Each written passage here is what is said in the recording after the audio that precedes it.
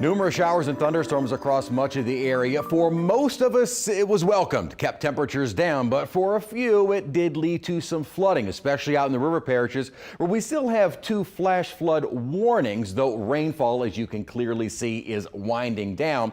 It just takes time. The warnings will stay up until most of the rain or water has started to clear away. Also has some reports of street flooding in Chalmette. Thankfully, at least so far, no reports of any water in homes. And really across the metro area, you got a decent little soaking here and there, though not quite as much, although we did start out the early morning hours with some heavier rainfall. Bit of rain from Humid out toward Folsom, south of Franklinton, and even a little shower that's developed around the Slidell, Pearlington area. Most of these will be winding down in the next couple of hours, and looks like the overnight period will be relatively dry. A little sun trying to break out toward downtown under mostly cloudy. It's got 78 degrees. Not too bad. Dew points are in the 70s. We ought to start to see those dew points dropping by tomorrow.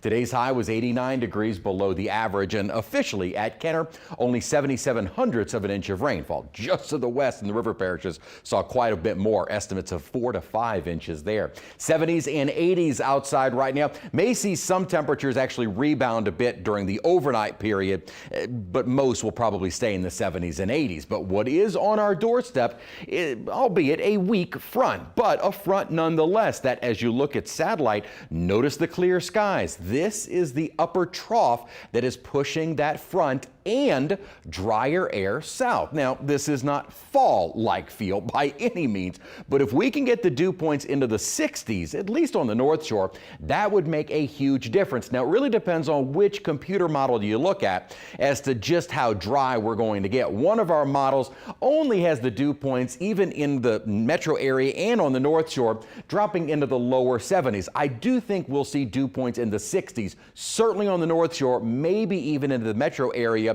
by later tomorrow and on into Thursday, because by Friday, it doesn't last long, the moisture will start to return. But this is a fairly deep upper trough, and it is still pushing south, so that drier air that is just to our north still has a chance to make it a little bit farther south. So with that drier air moving in, our humidity won't be as bad, and so the heat indices won't be quite as bad, at least through Thursday.